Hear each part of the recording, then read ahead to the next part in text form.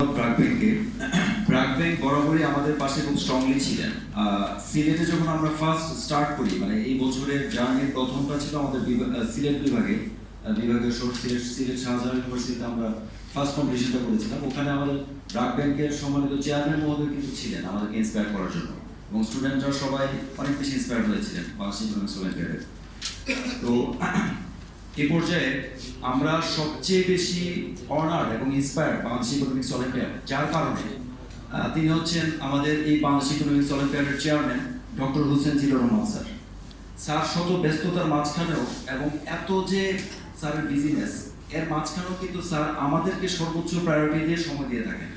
গতকাল সন্ধ্যায় অনেক ব্যস্ততার মাঝখানে আমরা একটু রিকোয়েস্ট করেছিলাম যে স্যার আমাদের এই পাঁচজনকে তো আমরা সিলেক্ট করেছি, আপনি একটু যদি একটু গাইড করতেন বা একটু যদি ওনাদেরকে একটু কিছু বলতেন।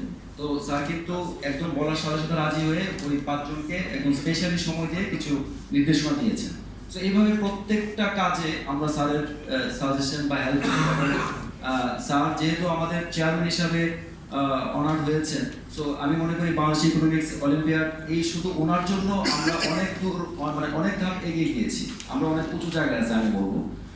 তো যাই হোক, এই পর্যায়ে আমরা স্যারের মূল্যবান বক্তব্য শুনবো এবং দিক নির্দেশনা শুনবো। স্যারকে অনুরোধ করছি আমাদের উদ্দেশ্যে কিছু দিক নির্দেশনা দেওয়ার জন্য। স্যার ধন্যবাদ। আসসালামু আলাইকুম এবং শুভ দিন।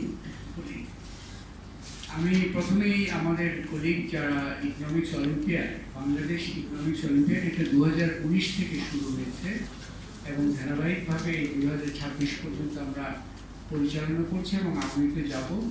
আলামিনের নেতৃত্বে অত্যন্ত অভিজ্ঞ একটি এক্সিকিউটিভ টিম আছে, তারা সার্বিক দেখাশোনা করেন। আমাদের অ্যাম্বাসেডার মনসুর, উনি প্রতিনিয়ত এই যে বিশেষ করে কমিউনিকেশন হচ্ছে একটা বড় ধরনের কাজ, এই পুরোটাতে এটাতে সহায়তা করেন। এবং আমাদের যে sponsor Pubali bank, BRAC bank, city bank, তাদেরকে অসংখ্য ধন্যবাদ জানাচ্ছি, কারণ এটা একটা ওভারঅল টিম বলতে কিন্তু আমরা শুধু যে প্রতিযোগীরা টিম নয়, এই যে সমর্থক যারা, আয়োজক যারা, প্রতিযোগী যারা এবং শুভাকাঙ্ক্ষী যারা, সবাই মিলে কিন্তু আমরা হচ্ছে টিম, এবং এই টিমটা খুবই সফলভাবে এই কাজটা করে যাচ্ছে। তো এবারে 2026-এ অলরেডি আলামিন বলেছে, এখানে একটা বৈশিষ্ট্য হচ্ছে আমাদের একটা স্লোগান দেখতে পাচ্ছি, অর্থনীতি শিক্ষা দেশ গড়ার দীক্ষা। মানে এখানে আমরা এই যে উদ্যোগটার সাথে বৃহত্তর একটা মিশনের সাথে কিন্তু লিঙ্ক করে দিয়েছি। এটা একটা প্রতিযোগিতা বটে, কিন্তু প্রতিযোগিতার মাধ্যমে কিন্তু আমাদের যেমন ব্র্যাক ব্যাংকের উনি বললেন, পূবালী ব্যাংক উনি বললেন, এই প্রতিযোগিতার মাধ্যমে আমরা কিন্তু অন্যান্য কিছু করার চেষ্টা করছি যেটা দেশের জন্য প্রয়োজন। যেমন ট্যালেন্ট সার্চ, আমরা একটা অত্যন্ত রিগারাস প্রক্রিয়া, এই যে অনলাইন রেজিস্ট্রেশন, তারপরে তার থেকে চয়েস করে একটা পরীক্ষা, তারপরে জাতীয় পর্যায়ে, আঞ্চলিক পর্যায়ে এবং সর্বশেষে ফাইনাল টিম, তাদের একটা নিবিড় ট্রেনিং।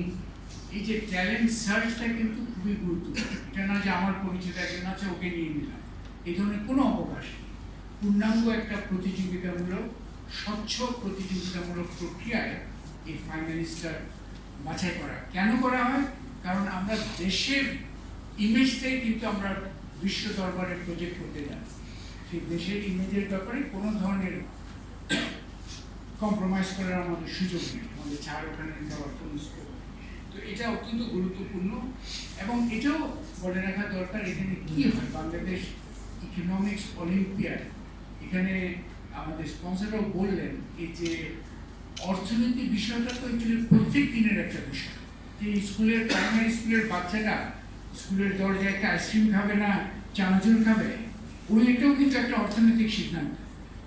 কারণ যদি টিফিনের পয়সা দিয়ে থাকে কোথায় ব্যবহার করবে, এটাও কিন্তু একটা অর্থনৈতিক সিদ্ধান্ত।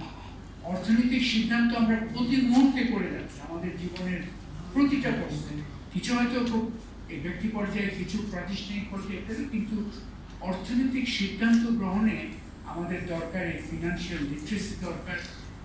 আবার এটা ছাড়াও ইকোনমিক্সের মাধ্যমে আরো বৃহত্তর একটা ভূমিকা রাখা দেশের জন্য, দেশের প্রয়োজনে, এটা একটা ইম্পর্টেন্ট বিষয়। এবং প্রায়োগিক বিষয়টা খুবই গুরুত্বপূর্ণ।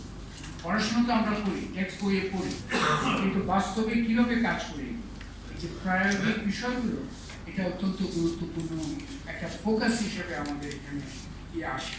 সো আমাদের 63টা দেশ থেকে কিন্তু যাচ্ছে এই ধরনের প্রতিযোগীরা।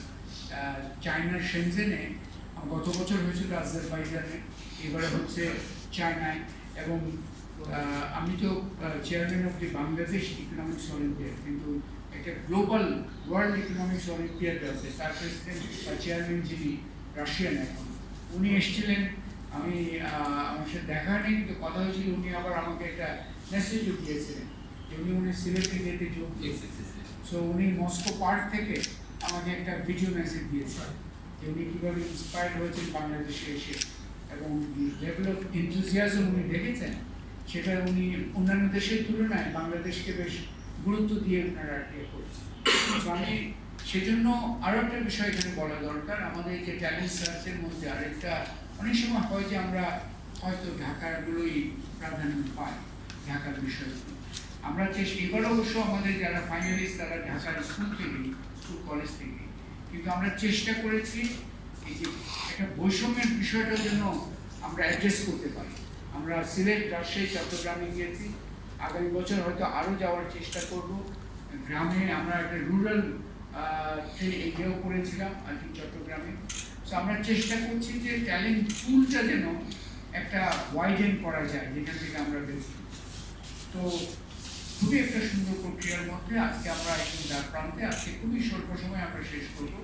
আমি আমাদের যারা এবার ফাইনালিস্ট হলেন একটা খুব জোরালো প্রতিযোগিতার মাধ্যমে তাদের নাম ঘোষণা করছি, এবং তাদেরকে ঘোষণা শেষ হলে আমাদের স্টেজে আসার জন্য অনুরোধ করব। ফরাবিদ বিন ফয়সাল